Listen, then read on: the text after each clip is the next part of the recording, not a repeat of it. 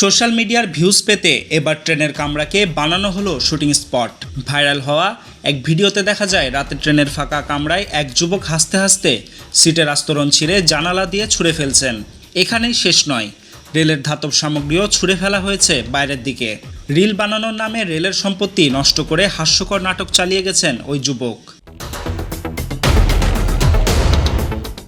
Mister Sinha নামের x handle থেকে ভিডিওটি পোস্ট হতেই ভাইরাল ভিউ ছাড়িয়েছে 1.6 মিলিয়ন। নেট পাড়ায় তীব্র ক্ষোভের সঞ্চার হয়েছে ভিডিওটি ঘিরে। কেউ লিখেছেন একে জেলে পাঠানো হোক, আবার কারো দাবি দেশের বদনাম করছে এরা। অনেকে মন্তব্য করছেন এমন কাজ ইচ্ছাকৃতভাবে রেল ও সরকারের ভাবমূর্তি নষ্ট করতে করা হয়েছে।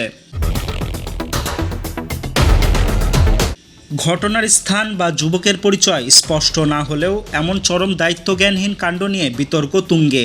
নেটিজেনরা এক বাক্যে জানাচ্ছেন রিলের নামে এমন ধ্বংস মানা যায় না। এখন দেখার রেল কতটা কড়া ব্যবস্থা নেয় এই ভিডিও দেখে। নিউজ ডেস্ক, প্রতিফলন।